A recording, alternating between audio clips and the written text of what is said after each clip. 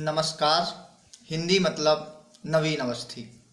तो आपने जैसा कि कल का टॉपिक छंद भाग एक, जिसमें हमने छंद के बारे में बताया और थोड़ा बहुत छंद के लक्षण भी बताए। तो लक्षण में हमने मात्रिक छंद में कौन कौन सा, पहला चौपाई बताया था, दूसरा आपका दोहा, तीसरा सोरठा, शायद यही तीन बताए थे।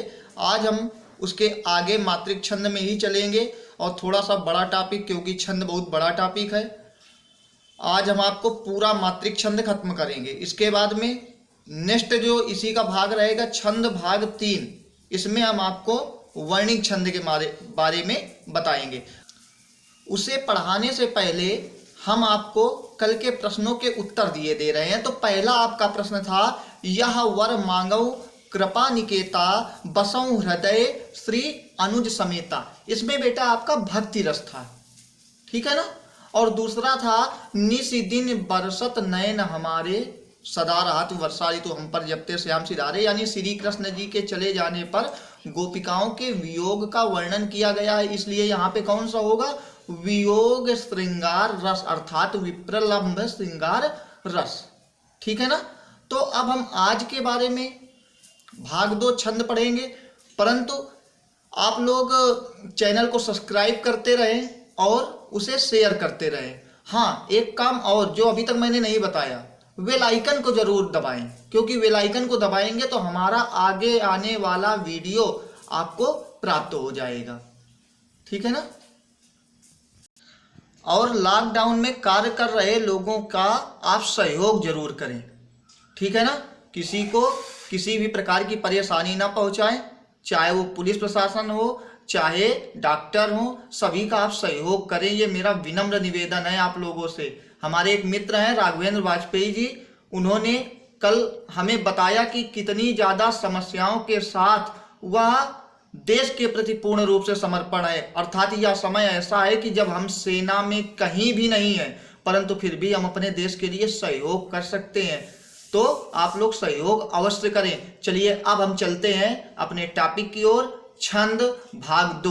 तो देखते हैं छंद भाग 2 में क्या क्या आपको पढ़ना है। तो देखते हैं पहला आपका आज के भाग में, वैसे तो चौथा है, तो रोला छंद। रोला छंद क्या होता है? सबसे पहले तो एक प्रश्न आता है इसमें बहुत ही इंपॉर्टेंट, कि काव्य छंद के नाम से किसे जाना जाता है। तो याद रखिएगा बेटा कि काव्य छंद रोला छंद को कहते हैं। यह भी एक क्या होता है, सम्मात्रिक छंद होता है। इसमें 4 चरण होते हैं और प्रत्येक चरण में 24 मात्राएं होती हैं। कितनी? 24 मात्राएं होती हैं। 11 और 13 मात्राओं पर यति होती है। हमने आपको बताया था ना, यति किसे कहते हैं, अर्थात जो सांस लेने के लिए थोड़ा सा कामा यानी बीच में जो लगा होता है, उसे ही हम लोग क्या कहते हैं, यति कहते हैं। देखिए आपको उदाहरण के बीच में कामा दिख भी रहा होगा सभी इसमें, ठीक है ना। तो अब इसका देखिए उदाहरण क्या है, यह मेरा खरगोश निराला प्यारा प्यारा, दिनों रहे वो साथ जगत का खेल निराला, खेले मेरे साथ नित्य दिन छुपम छुपाई, चोर सिपाही दौड़ और पकड़म पकड़ाई। शायद सिंपल आपको उदाहरण होगा। मैं कोशिश यही करता हूं कि आपको साधारण से साधारण उदाहरण प्राप्त करा सकूं। अब देखिए हम जितने भी छंद पढ़ेंगे आज, मैं मेहनत ज़्यादा कर रहा हूं और आपको कम मेहनत करनी है, ठीक है ना। अब हम जितने भी छंद पढ़ेंगे बेटा, किसी के आपको उदाहरण याद करने की आवश्यकता नहीं है, केवल आप उनके लक्षणों को समझने की कोशिश करेंगे, ठीक है ना। अब किसी भी उदाहरण को आपको याद करने की आवश्यकता नहीं है। देखते हैं अगला छंद है आपका कुंडलिया। देखिए कुंडलिया छंद क्या होता है, यह एक विषम मात्रिक छंद है। और सबसे बड़ी बात ये आपको हम बताए दे रहे हैं कि यह जिस शब्द से शुरू होगा उसी शब्द से ये खत्म भी होता है। तो इसको पहचानना बहुत ही आसान है। मान लीजिए ये मेरा नाम नवीन है, नवीन से कोई दोहा शुरू होता है, यानी कोई काव्य नवीन से शुरू होता है, तो वो खत्म किससे होगा, नवीन से ही खत्म होगा। ये याद रखिएगा, राम से शुरू होगा तो राम से खत्म होगा। तो यह एक विषम मात्रिक छंद है। इसमें बेटा 6 चरण होते हैं। अभी तक सभी में कितने चरण होते थे, 4, लेकिन इसमें कितने होते हैं, 6 चरण होते हैं। और प्रत्येक चरण में 24 मात्राएं होती हैं। प्रत्येक चरण में कितनी मात्राएं होती हैं, 24 मात्राएं होती हैं। पहले दोहा और बाद में रोला, अर्थात प्रत्येक उसमें क्या होता है कि पहले दोहा होगा और बाद में रोला होगा। इन दोनों को जोड़ करके क्या बन जाता है, कुंडली बन जाता है। अब आपको उदाहरण याद करने की जरूरत नहीं है, लेकिन फिर भी मैं आपको बता दे रहा हूँ। सबसे ज़्यादा परीक्षाओं में लक्षण पूछे जाते हैं।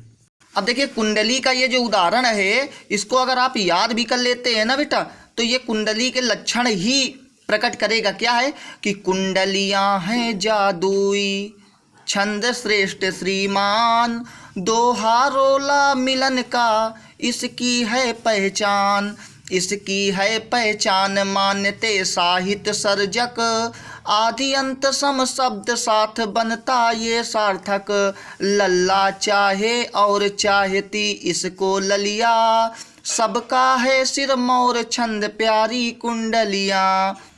तो शायद है आपको ये कुंडलियाँ का उदाहरण तैयार हो सकता है। वैसे है बहुत साधारण, अगर आपको तैयार हो जाए तो तैयार करिए, नहीं तो सभी परिभाषाओं के आप लक्षण जरूर तैयार करिए, ये याद रखिएगा।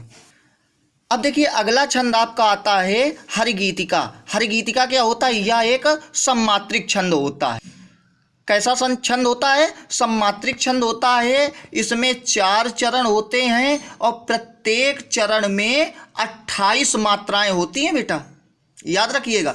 प्रत्येक चरण में कितनी मात्राएं होती हैं, 28 मात्राएं होती हैं। 16 और 12 मात्राओं पर यति होती है, अर्थात कामा कब लगेगा, 16 और 12 मात्राओं के बाद। और प्रत्येक चरण के अंत में रगड़, रगड़ का मतलब दीर्घ लघु दीर्घ आना आवश्यक है। अब जो लोग आज केवल ये वीडियो देख रहे हो वो सोचेंगे रगड़ क्या होता है, तो मैंने कल के वीडियो में आपको सारे गढ़ बताए थे, तो डिस्क्रिप्शन में हम आपको लिंक दे देंगे, तो आप छंद भाग 1 पहले देखिए, फिर आप इसको देखिए, आपको आसानी से समझ में आ जाएगा।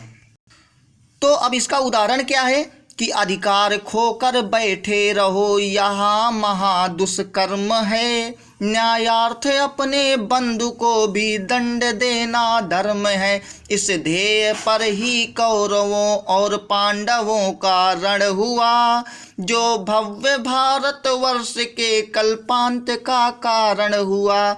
अर्थात इसको इसलिए मैं गा के बताता हूँ, जिससे आपको अगर आप याद भी करना चाहें ना तो आसानी से याद कर सकते हैं। और कोई प्रयोजन नहीं है, मुझे गाने का कोई शौक़ नहीं है, लेकिन फिर भी मैं आपको गा के केवल इसीलिए सुनाता हूँ कि अगर आपको याद करना हो तो आप इसको आसानी से याद कर सकते हैं।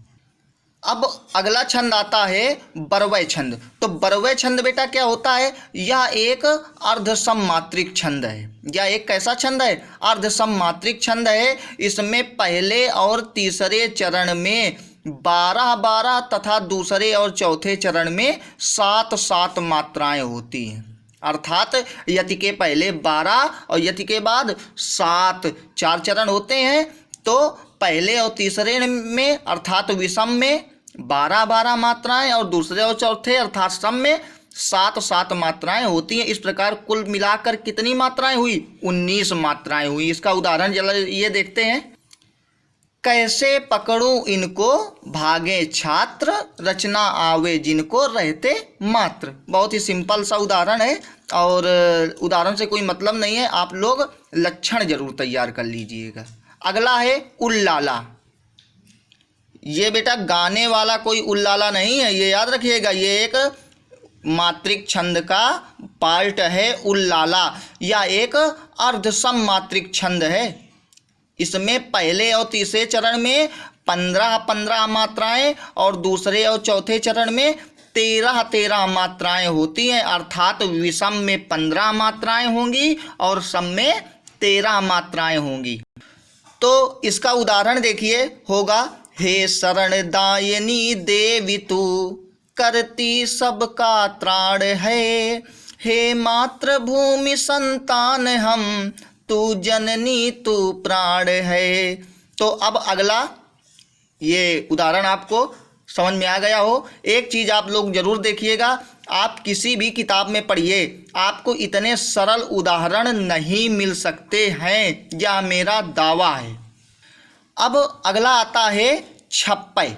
छप्पय छंद क्या होता है, तो यह छंद रोला और उल्लाला से मिलकर बना होता है। देखिए उल्लाला तो आपको ऊपर दिख रहा है कि पहले और तीसरे में 15 मात्राएं और चौथे और दूसरे में 13 मात्राएं होती हैं। और रोला का हमने क्या बताया था, प्रत्येक चरण में 24 मात्राएं होती हैं, 11 और 13 मात्राओं पर यति होती है। तो यह विषम मात्रिक छंद होता है। और बेटा हमने कल के वीडियो में आपको बताया था विषम मात्रिक छंद जितने भी होंगे उसके चरण कितने होंगे,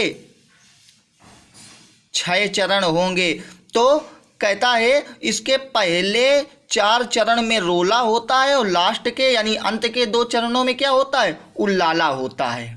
तो देखते हैं इसका उदाहरण क्या है कि भ्रष्ट तंत्र को बदल, मचल मत भ्रष्टाचारी, जनहित में कर काम कहे जनता यह सारी, कुचल रहे अरमान कुशासन है बीमारी, कैसा बना विधान दुखी जनता बेचारी, अच्छी छवि के लोग को ही अब सत्ता में लाइए, लोकतंत्र में आस्था फिर से आप जगाइए। देखिए थोड़ा सा अगर आप लोगों ने ध्यान दिया होगा पढ़ने के तरीके को, तो पहले हम रोला स्टाइल में पढ़ रहे थे और बाद में 2 लाइनों में हमारा क्या हो गया, थोड़ा सा जो गति है वो बदल गई। तो यही अंतर होता है छप्पे में।